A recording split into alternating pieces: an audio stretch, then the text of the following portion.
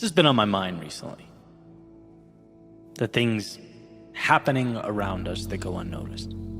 The work that's unseen. Let me explain. There's an idea that a fish has no idea it's in water, as the water is all it's ever known. And I like to draw parallels to this frequently because I think it's representative of the human condition in so many ways. It has to be. We necessarily block out an infinite number of things in order to focus on what we've decided matters most. In other words, our eyes are spotlights.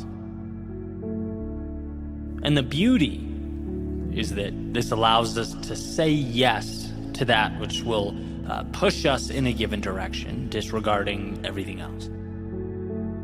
The challenge is that sometimes what's disregarded has value. We can't see the progress we're making as we're building because to build, we have to be focused on the very next brick, on what's in front of us. Step by step, day by day, we see what's next. But what often lives outside that field of vision is what we're becoming. The foundation we're building. That's why the journey can feel frustrating and feel helpless. A lot of the real value kind of floats overhead unnoticed. Now I have infinite examples here.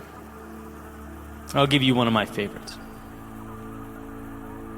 Almost a decade ago, I wanted to make a little acoustic album, singer-songwriter stuff, and I called it Painting the Mississippi, which, if you're ever going to come up with a band name, make it something people can spell, just a side note. Okay, but I was locked in. My heart at the time pulled me in this direction, and I thought of nothing but writing songs. Recording, learning Pro Tools, how to edit and mix music. I thought about promotion, designing album covers, making videos. I'd never done anything like that in my life before. It was all new. And because of that, I'm sure it's no surprise that it was bad. Right? Reality was about to confirm this. I didn't know it yet, but it was coming, right? And I sent it everywhere, all over Boston. It got no traction. I remember just being baffled. My mind went to all those little steps, all the time, all the commitment. I would just sit there thinking, what about all that effort? My eyes were focused entirely like a spotlight on making this happen for months and months and months. And now, what do I have to show for it? Nothing. Maybe even worse than nothing. Embarrassment, a bruised ego, fear of what comes next. If I were a fish, that process was the stream I'd been living in. Not only that, my understanding of life was effort and validation having a one-to-one relationship. Long-term value was something I understood less than Mandarin. It just wasn't something I thought about. But here's what lived outside my field of vision. All that I was becoming. And listen, I know some of these things are said so often that they feel cliche. I get that, right? The classic, well, son, at least you learned. But this, quote-unquote, loss was truly the foundation I would build the next decade on. Here's what younger me learned. Sometimes you work, and you work, and you work, and the results are not there. See, reality is a free market. It'll let you know if you're adding value and if you're not. And what I saw is that sometimes you swing and miss, and it's not personal. In fact, learning to depersonalize these outcomes is what separates the true winners and losers in life, because winning requires taking that data and info and going back to the drawing board. Losing is derived from looking at that result and saying, oh, I must suck then.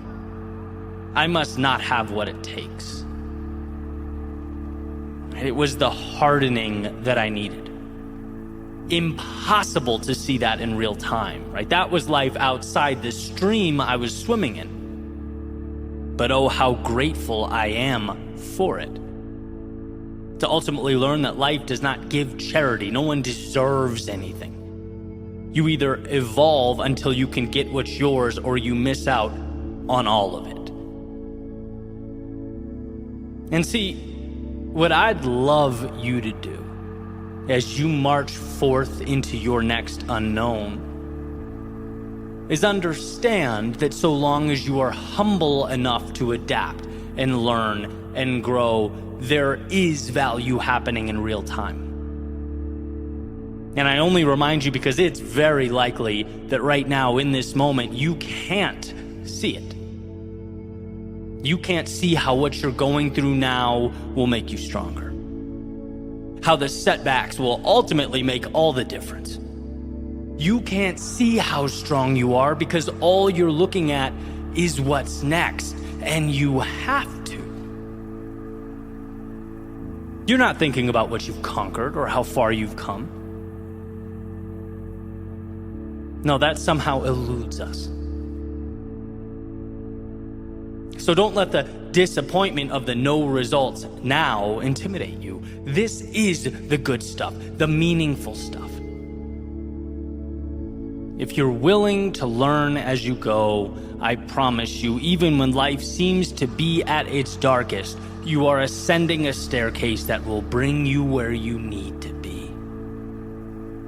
As the saying goes, sometimes the quote-unquote wrong choices bring us to the right places. Trust in the value you cannot yet see as you make your way through life. Trust that the dots will connect, that this will all make sense. You simply cannot be effective without some trust in the process. The reason life is not a standardized test with, true and false questions is because it's figured out as we go. So don't deprive yourself of that beauty when the reward is delayed, because, my friend, the magic is now. It's in the will to move forward and the courage to keep your head up. It's in what all this becomes. So believe in you. Trust in yourself. Have the patience to walk that path and see it all materialize.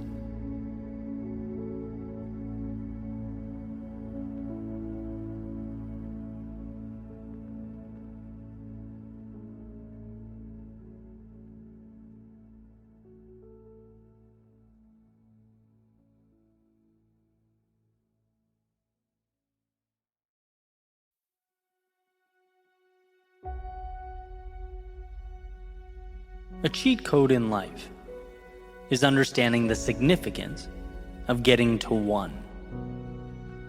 Because if you can get 1, you can absolutely get 2. And if you can get 2, you can get 3, 4, 5, 5,000, 500,000, or 5 million. Once you realize that something is possible, you're no longer the same person you once were. Your hands need not be held to the sky as though the universe is going to drop something into them. No, you've cracked the code, you have the info, and the burden has now been placed directly onto your shoulders. That little question, is this possible, dissipates. Getting to 1 was your proof of that. And then the obvious accompanying question, now what are you going to do about it? What are you going to do?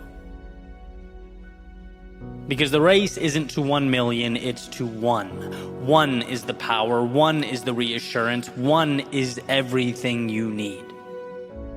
If you can sell 1 painting, you can sell 50,000 paintings. If you can make 1 3-pointer, you can make thousands of 3-pointers. If you can create 1 genius marketing video that goes viral, you can create hundreds, thousands, millions. Again, the evidence, you got 1. Anything beyond one is procedural. It's a testing of methods. It's becoming relentless in your pursuit to repeat the process with the pieces at your disposal. But make no mistake, those pieces are there. Everything you need is there, so long as you get to one. I had to recently break through to this realization. Like so many of us, I'm an ambitious person. I love the game. I want to add value to more people, reach more listeners, generate more revenue, scale impact, all that stuff, of course. But for a while, I just couldn't figure out how. I became almost disillusioned. What am I doing wrong?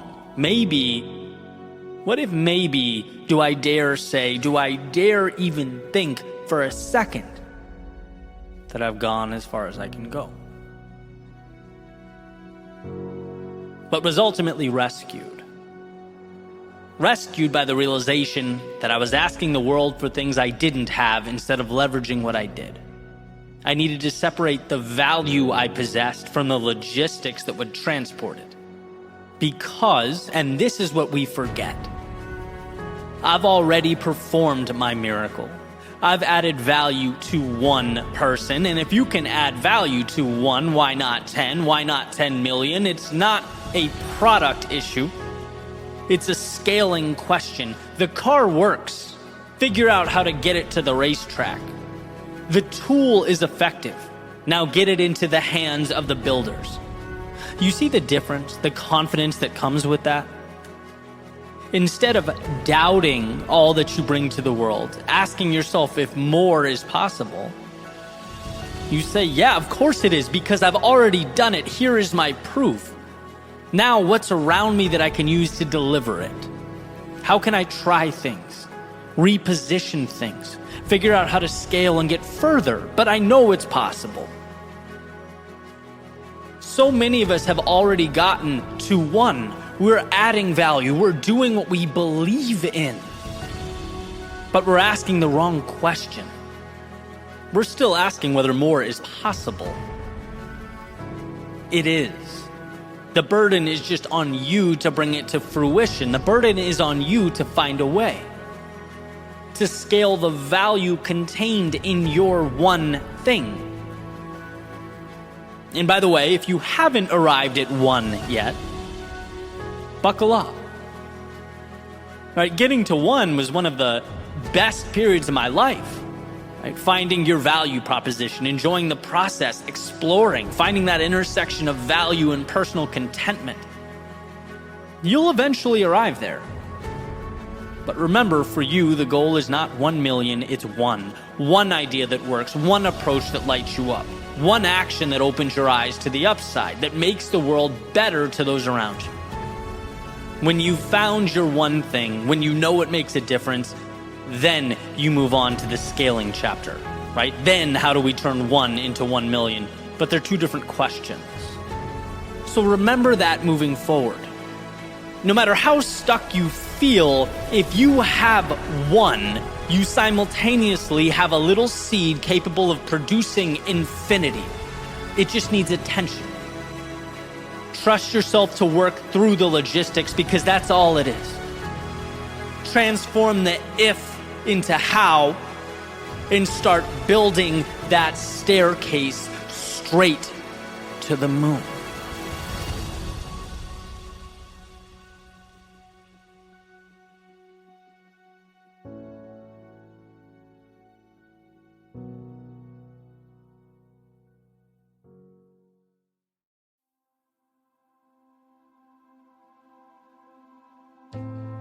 In 1519, Hernan Cortez arrived on the shores of Mexico with roughly 600 Spaniards, all of whom quickly realized that a mighty empire waited for them not too far inland. And Cortez, inspired by Spain's current golden age and the encompassing sense of ambition and adventure that gave life to the whole journey to the New World, he pushed his men forward into the unknown, ordering them, as Winston Reynolds writes in his Hispania, to destroy the ships behind them. Symbolizing the valiant push forward with no return. Everything would be on the line. And over the years, this act has become folklore, evolved into the famous phrase we all know, burn the boat. Burn the boat. Why is this an important idea? Well, I look at it in very simple terms. Doing anything meaningful is hard. Not planning on it or hoping to do it, but actually doing it. And when you're in the heat of metaphorical battle, right, when you're on your way facing the adversity and the challenges and the hardships, whether it's social, physical, or mental, that growth comes with discomfort. Our instinct is to want out. When we are in pain, our brain's default is, how do I stop the pain? And what I've learned is that if you give yourself off-ramps, you'll take them. If you allow for a plan B, it will become more and more appealing. If the mentality is give it your all until it's inconvenient, well, we all know what happens, right? Since excellence doesn't allow for skipping the inconvenience. When you can't turn around and get back on those boats, you're forced to create outcomes. Because suddenly everything depends on it. Does this mindset come easy? No, I don't believe it does. It took me into my mid-20s to realize, hey, I'd never done anything without a life raft or a safety net. I always carried option B, C, and D around with me in my pocket. And the result was above average at plenty of things, was great at none. But when your back is to the wall, and those demons are closing in, it's incredible what you can do, what you can create. You will shock yourself with your competence and your ability, waiting to be unlocked. Now, I'm not saying keep jamming this square peg in the round hole if you know something's not for you. I'm simply saying if there is something you want, something that you know in your soul is pulling you in, and you really want to see that thing come to fruition, you can't have pre-made off-ramps for yourself when the inevitable difficulty comes in. Because it will. It always does. I refer to those moments as checkpoints, areas of internal deliberation, high security, guarded gates where many arrive, but few get to pass through. Not because they couldn't, but because the cost of access was expensive, too expensive, mentally, physically, and socially expensive, taxing. Most simply say no thanks. They get back on that boat, waiting for them by the shore they arrived on, and return to the world they've always known. The way I see it, this is not about right or wrong. No, that's missing the point entirely. I see the question being, how bad do you want it? A little? A lot? How about enough to go all in? Because if you want to see levels of yourself you never thought possible, you need to kick the ladder down behind you. Force yourself to rise to the occasion amidst the chaos. Map your path straight into the darkness of night. Not because it's the most convenient, but because you gave yourself no other choice. You burned the boats and are content to watch their flames slowly disappear behind you as you go where few have gone.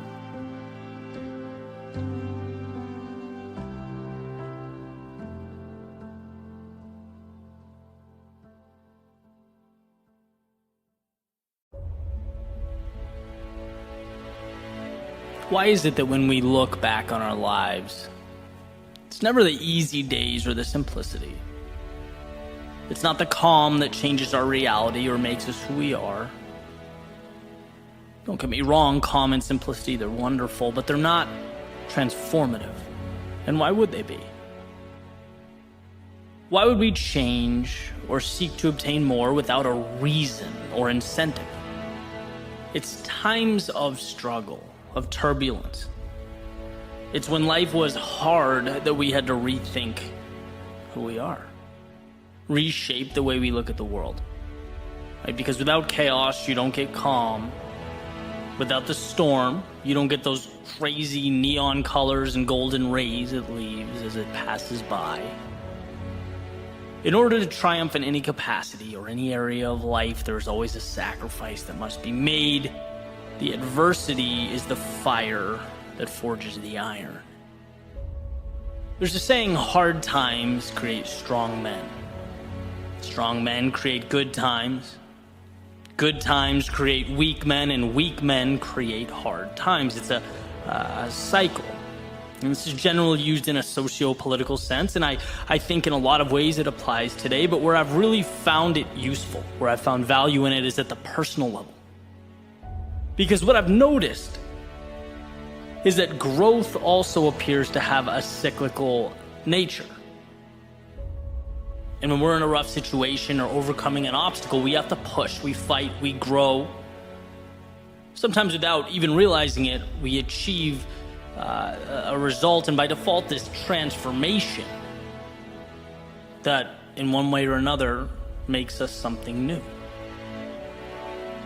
But then it becomes easy to level out, right? And that's the challenge. It creates this period of stagnation. It's like we made the jump, and it becomes real easy to stay there. And that's why I have found value in when life is not providing resistance to manufacture some.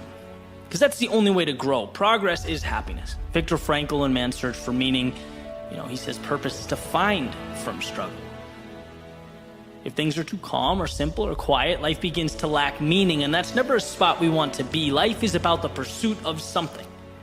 You just have to figure out what that blank will be. You get to decide which mountain to climb. There's a story about a butterfly making its way out of a cocoon, and it makes a little hole. It starts attempting to push its way out. Someone walks by. They see it struggling and open the cocoon up to help the butterfly out, right? Thinking that they did this great deed. But in doing so, that butterfly has now lost its ability to use its wings to fly. Why? Because the strength that was necessary to fly would have been forged when he fought his way out. The butterfly was deprived of the very thing it needed to become something more, and that's the point. It's easy to get lost in the now and seek to eliminate everything that doesn't make the moment more comfortable, to remove that which doesn't make things easier. But whether we're talking about collectively or the complacency in our individual lives, we have to remember that avoiding discomfort isn't the answer. When your biggest problem is Amazon taking 5 days to deliver, or that your feelings are hurt by someone's comments or opinions on social media, you've lost track of yourself. You may be living in a world lacking the resistance necessary for growth. Maybe it's time to ask what matters. And I remember when I lived in Boston, I'd walk around listening to podcasts downtown, and I'll never forget hearing Ryan Holiday differentiating between passion and purpose. He called passion temporary, a dopamine hit. It's the excitement before the project begins, the beginning of a journey, the honeymoon phase. But passion alone falls short. And it falls short because anything worthwhile is hard. It tests us. It repeatedly presents us with those metaphorical cocoons we have to fight through. We have to earn our stripes, grow our wings, and if we stop at passion, there's no reason to battle on, to take the punches, knowing that they will create for us a tomorrow full of infinite possibility, and that's where we need purpose. That's why it matters. We need something bigger to march towards. a destination that's meaningful. To remind us that those challenging times, they're not a burden. There is no poor me here. They are the fire that sharpens us, that whispers to us not only the importance of carrying on, but the power contained within ourselves to do so. This world, it is not stacked against you. It's never the problem or the obstacle. No, it's the opportunity laid out at your feet. And it's in those very times when we're uncomfortable, when we're unsure, when we don't know where to draw our strength, that we need to remember it comes within. It's an idea that is brought to life through courage, through understanding, through the trials and tribulations of life that didn't intimidate or hold you back, knowing that life has given you everything you need to blaze your trail. So don't be afraid to let it take you somewhere new.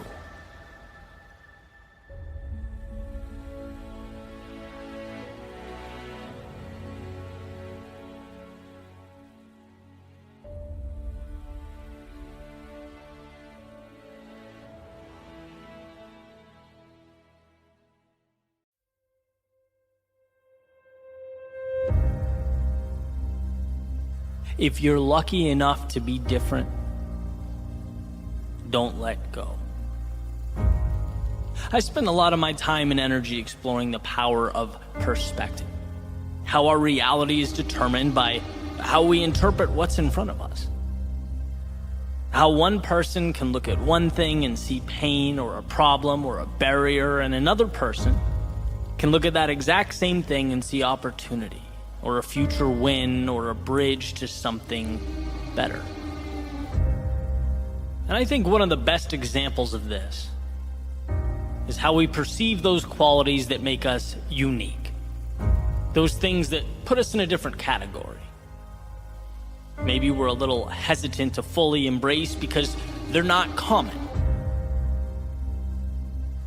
And when it comes to that which separates us from everyone else, well, I believe we have a decision to make. I'm going to go back to Robert Frost's fork in the road, right? He says, 2 paths diverged in a wood. I took the one least traveled by, and that made all the difference. On the surface, you could easily brush this off as trivial. It's like, oh, nice, that's cute. He took the path less traveled by. But what does that mean? As it turns out, it means a lot. It means instead of burying what makes him different, he made it his battle cry. Instead of slipping under the radar and sneaking through life like so many of us do, he signed the dotted line for the pain of being a beginner, the struggle of being uncertain, the discipline and sometimes torturous road that is turning a passion into excellence, trading peace of mind for the pursuit of meaning in life. Exploring what makes you unique, it takes courage. And in that message, he chooses courage. Because it's not just that you're alone. Taking that path means every step of the way, your mind screams at you reminders that you're alone.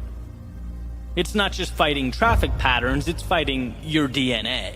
It's resisting that impulse to please sit down, shut up, and blend in.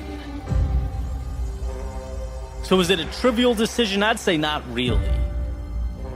Maybe even the most important decision you can make. Because I promise you it's not your commonality with those around you that will bring fulfillment, that will leave a mark on your life and the world that surrounds you. No, it's that thing that's unequivocally you, that's a little out there, that's somewhat strange, that you don't know why, but its gravitational force pulls and pulls and pulls. A tug of war, where one side begs you to just relax, conform, do less, begs you to never be laughed at or criticized, to take the easy road. Then you have the other side, poking, prodding, asking you, hey, yeah, but what if? What if you sacrificed the comfort of right now? What if you explored? What if you took that which you love and you ran with it?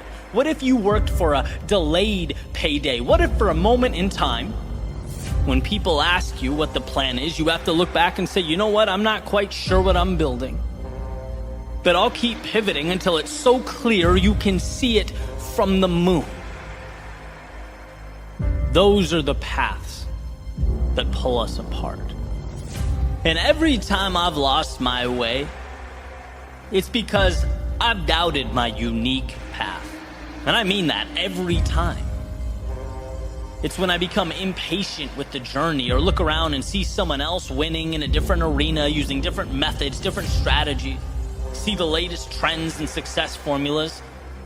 Hey man, I want part of that, right? I'm human. I want to win. I want to succeed. But just like a little opening is enough to let in the outside water that sinks the boat, well, a little bit of doubt is enough to derail your process. A process that you have to believe in, protect, nurture. A process that I've come to separate into two pieces.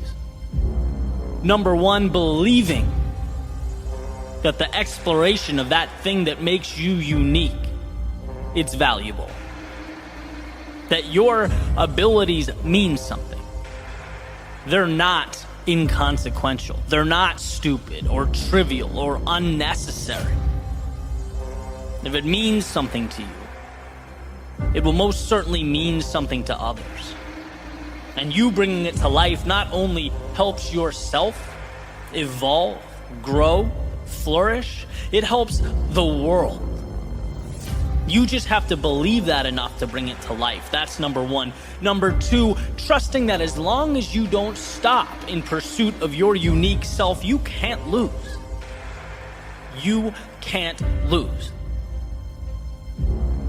And I don't mean continuing to ram a square peg into a round hole. I mean growing, learning, experimenting, seeing what works. There's a saying that when you hit a dead end, it's not that the goal or the dream should be abandoned. It means the plan needs to be changed or adjusted.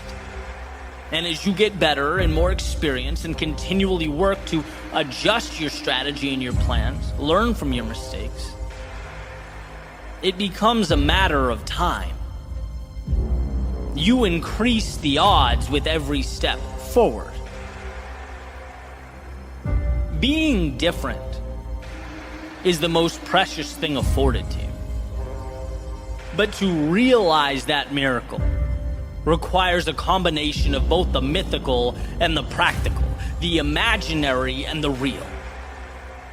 Dream that dream, visualize that growth, create a world out of those ideas that don't exist yet. But also understand that the conversion process from dream to reality is a practical one. It requires repetition. Learning, losing, adjusting, and people don't like that. It's much easier to blend in than spend years pushing through the agony of setting yourself apart. But it's worth it. And the evidence is so obvious, so plainly pointing to the fact that we only celebrate the outcasts, the crazy ones. We sit around campfires, listen to lectures, watch movies and documentaries about the people that had every reason to doubt themselves but kept moving forward. About the people who could have swept their unique abilities under the rug, but instead used them as their foundation for everything. Not being distracted by what's popular or how anyone else lives or operates. Not seeking to be anyone but themselves, knowing that that is enough. Knowing it's the seed to something precious. The only question is, will you provide the right conditions and nourishment for that little seed to grow? Will you do what so few people have the courage to do? let their authentic selves shine through. Let who they are emerge. Emerson has a quote. He says, "To be yourself in a world that's constantly trying to make you something else is the greatest accomplishment." He goes on to say, "My life should be unique. It should be an alms, a battle, a conquest, a medicine." And see, perpetual happiness is a fool's errand. No, life is full of trials and tribulations and ups and downs. But fulfillment comes from that quest for meaning, for more, for building something, for creating your unique self, a process, a pursuit that must be chiseled from stone. It's never given or provided. It has to be found. Take it. And as Emerson beautifully implies, now is the time. The question is, what are you going to make with this once-in-a-lifetime opportunity?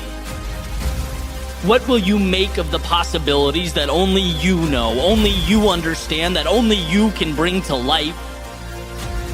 Never doubt yourself, or your gifts, or the things that set you apart. You don't need everyone else to believe in them. You just need to convince yourself. Everything else, it falls right into place.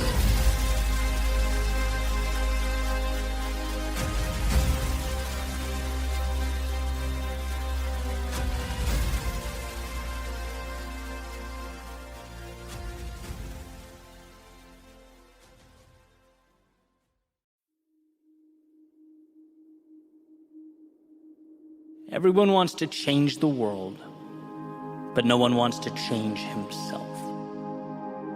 This was written by Leo Tolstoy in reference to people's proclivity to point out at the world and project blame rather than to point in at themselves and ask, why? What can I do? How can I be better? Which, when you think about it, is basically a shark forfeiting its bite. Or a bird giving up its wings. Our personal agency is without a doubt our superpower. Yet, from my vantage point, it sometimes feels like we're walking away from that superpower, a tiny step at a time. Little by little, day by day, we're allowing greatness to fade while bringing about the death of the hero. And well, that's a pretty big claim. What could I possibly mean by this? It's funny, when people ask me what I'm most proud of, my mind pretty quickly goes to my work, the brand that I've dedicated the last almost decade to building. But I don't think that's right. I think it's a product of my answer, but it's not my answer. What I'm most proud of is chipping away at the monster that is the victim mentality. My default when things went wrong for so long was to feel bad for myself. It was easier to be the victim and sulk than it was to keep taking the hits. It's like a cheat code. When you can just bask in your sorrow and hate the world, you don't have to do anything.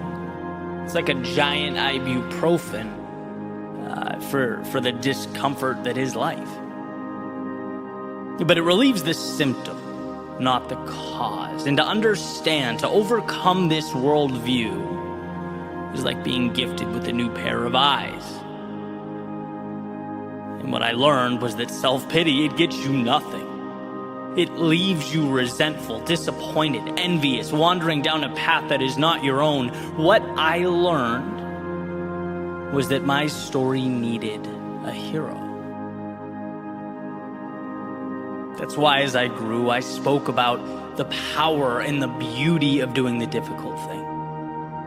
Running in the rain, chasing the metaphorical fireflies, taking the last train home. See, until you immerse yourself into that vast unknown, you stay in a cell of your own making. You build walls of limitation and you exist entirely within them.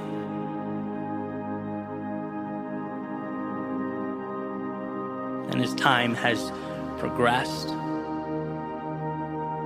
I look back, there are two things worth mentioning. One is that we find life's meaning in the difficult thing.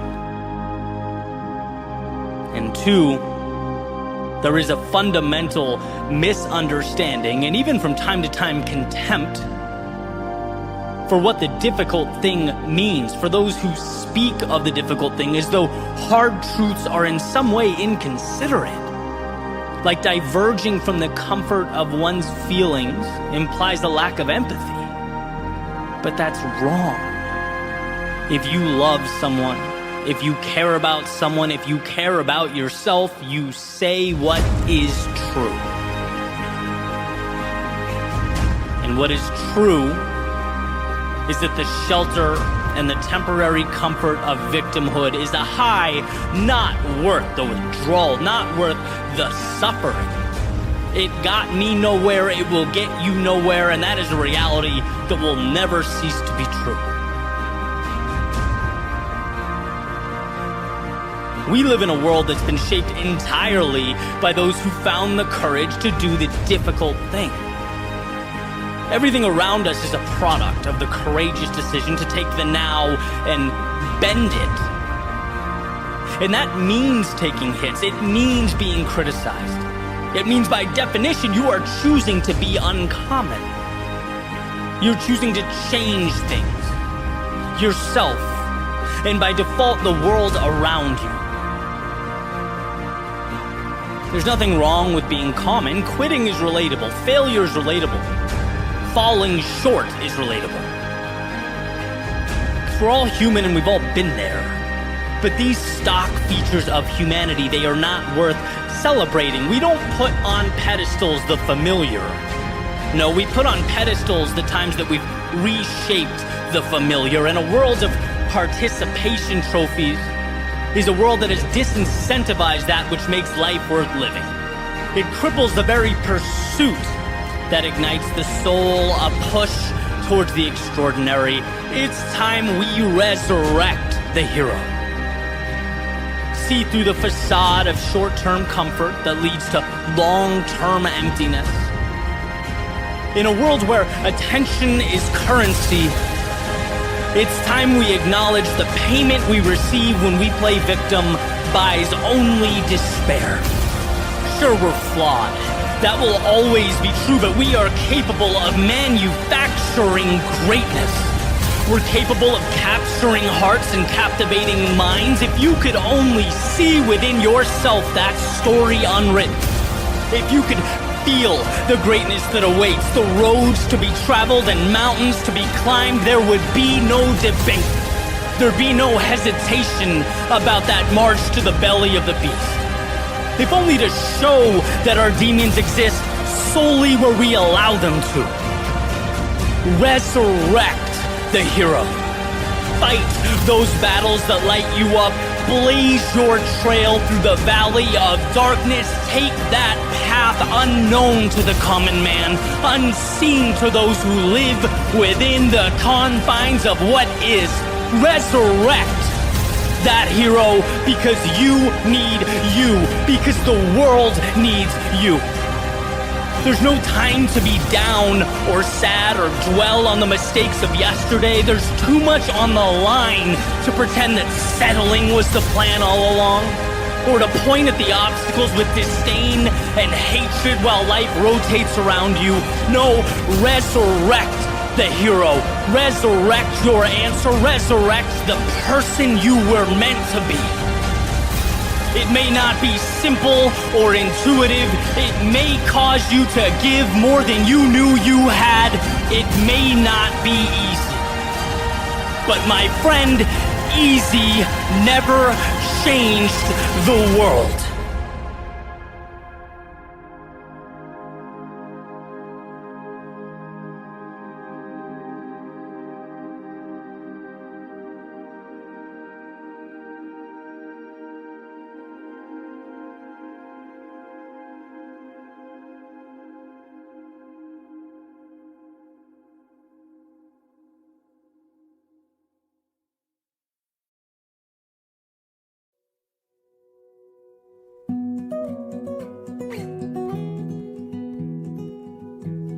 woke up this morning to this songbird, singing her sweet melodies like only she knows how. Perched above the street, looking down at the people, the cars, but somehow indifferent to all that below. Like her heart was fully immersed in her song. As I got out of bed, opened the curtains, and let the early morning sun make its way into my room, I reveled in the moment. It was both simple and perfect, two things that often go hand in hand. And as I made my way to the kitchen for that cup of coffee, I had a thought. That little songbird out there, she'll never understand how beautiful she is. She'll never know that she made my morning just a little brighter, or that she helped lift my spirits after a less than ideal yesterday. No, she's just doing her. And in return, making a mark on a world that needs what she has to give. So what? Well, maybe there's something we can learn from the songbird as we go about making our way in the world. As far as I'm concerned, there have been two great challenges in my life: finding my song, and then finding the courage to sing it. Or perhaps put another way, discovering who you are and then holding on tight in a world that is constantly trying to make you something else, as Emerson said, is the greatest accomplishment. It will always be a challenge to bring our thoughts to life because, well, people tend to only see what's placed right in front of them. It's just not realistic to place tomorrow at someone's feet, but here's the magic. I don't think that songbird cares about being realistic. See, over time, we've done quite the dance, reality and I. Like a tug of war on where to lean and where to pull. What's worth my time, what's not, when to stay and when to go. It's a gray area that I've had to work through, and I know others have as well, trying something new, taking a risk, sharing their art with the world, going down a path with a high probability of failure. You know, when maybe we think we've found our song and we're singing, but no one seems to hear her. That's when the status quo has never looked so tempting, so ideal.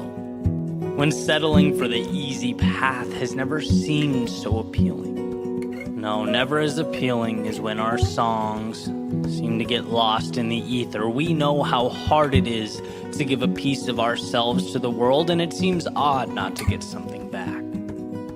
But you know, I think this is when you must sing with all your heart and soul. Just like that songbird, indifferent to life below the branches of its tree. Well, so should you be to the factors existing outside the realm of what's best for you. It's not easy to uncover what makes you feel alive, and when you find that, live it. Own it, sing it at the top of your lungs, because it may seem like it's falling on deaf ears. But you just might be someone else's songbird, oblivious, like my feathered friend outside, to the beauty you are creating by just being you.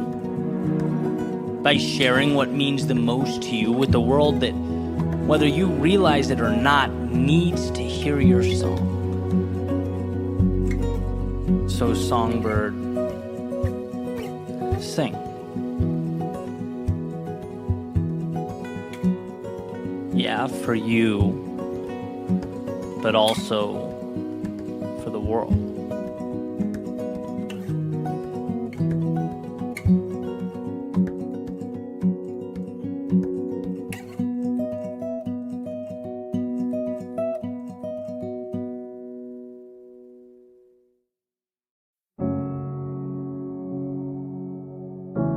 There's a quote that states, Life is 10% what happens to you and 90% how you react to it.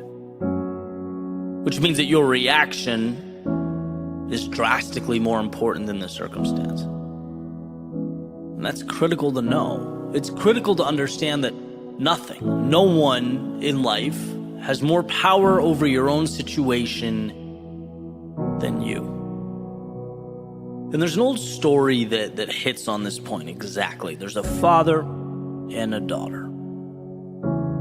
And basically the daughter's complaining. She's complaining about life, how difficult things are. She doesn't know how she's going to make it in whatever it is she's doing. I mean, the bottom line is she's tired of the day-to-day, right? And her father gets this idea. He says, come with me into the kitchen. And he gets 3 pots of water, puts them on the stove, and turns the burners on. As soon as they start boiling, he drops a potato in the first one, an egg in the second one, and some coffee beans in the third one. And after some time goes by and they boil a little bit, he pulls them out, right? He puts the potato in a bowl, he puts the egg in a bowl, and he takes a ladle and he puts some of the coffee in a cup. And he says, what do you see? She says, well, I see a potato, I see eggs, and I see coffee. He says, yeah, but look closer. There's more there. And she goes and she touches the potato and it's now soft. And he hands her the bowl with the boiled egg. Right? She takes the shell off and breaks it open. She sees that it's hard inside. Then finally he asks her to take a sip of the coffee. And, she smells it. She takes a sip. A smile comes to her face. She says, so what does all this mean? What are you trying to say? And he says, well, the potato, when I dropped it in the water, it was rigid, it was tough, it was uncompromising. But in the boiling water, it became soft, weak. Then you have the egg that was basically the opposite. This delicate layer protecting a liquid center, and the boiling water made it hard. And then there was the coffee. That wasn't just changed by the situation. It created something new. It took the same adversity and used it as a lever to bring something beautiful into existence. He then looks at his daughter and says, look, when things become challenging, when things become difficult, which one are you? What's your approach? See, maybe the question is not about how challenging the situation is, right? Maybe we've been asking the wrong question. Maybe it's, how do you transform yourself and by default, the world around you? How do you take your strengths, your values, your loves, your joys, your happiness, and let that lead you into something bigger? When life gets hard, and it does, what do you become? I always remind myself, we are not defined by life at peak state. As much as I wish that were the case, right? We're not shaped by the easy days or the times that we floated by. Because those times are great, they're enjoyable, but they're not what make or break us. It's the times that challenge us and ask us to be what we have not yet become. That's the good stuff.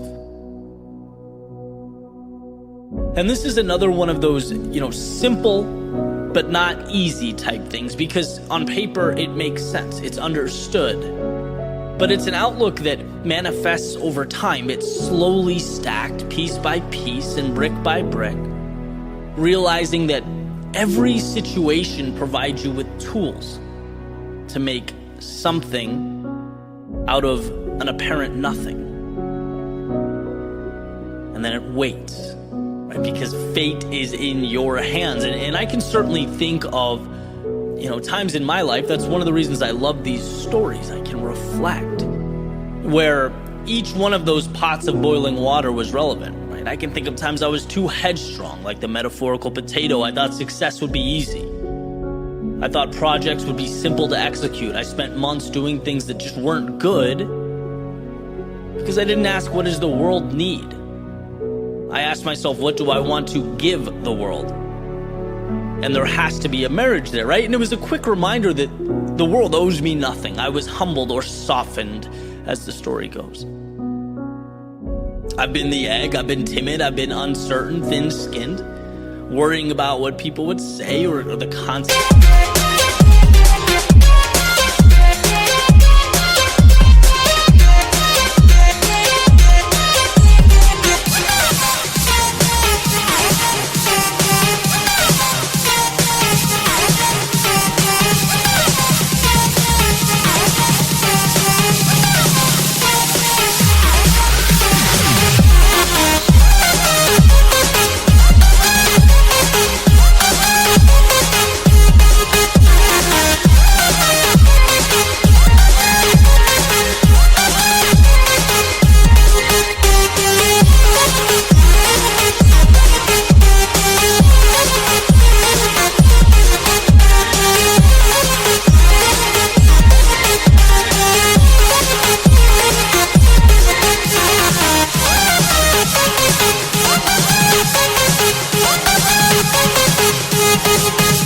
I was creating, worried about perception. How would things look if I failed?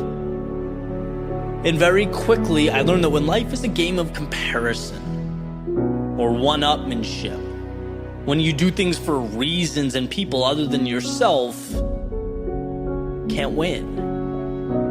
You overcompensate. You do things for the wrong reasons and you lose yourself. You become hardened. And then there's the good stuff, right? Getting to the coffee, not bowing down to the circumstances, but shaping them. Not letting life dictate how the story goes or the fate of your character. And what's interesting is I'm pretty sure that being that metaphorical egg and the potato, they lay the foundation to become the coffee, the life lessons, the falling down, the picking my ego up off the floor, learning to trust myself, not be led by the opinions and expectations of others. You essentially learn that you can take the world around you and change it, that it is malleable, it is flexible. You have that power. You have that ability. It's up to you to believe it. And that's critical because no one comes along and co-signs that understanding for you. It's an internal process. You start to learn that things aren't there to provide instruction. They're there to propel you. But can you see the unknown as the opportunity, the obstacle as the way, and the loss as the armor that you pick up during the journey? And so, all of these words essentially come to one point. And that point is you have so much more control over your life than you think you do. As I've said before, you are stronger than you think you are. You are more resilient than you can even imagine. And when life tests you, and again, it will, remember that the challenges are not happening to you, but for you. The world isn't taking away what you have, it's giving you what you need. So long as you're willing to adapt with it, to grow, expand out. Because you not only have the ability to change yourself, but the world as well.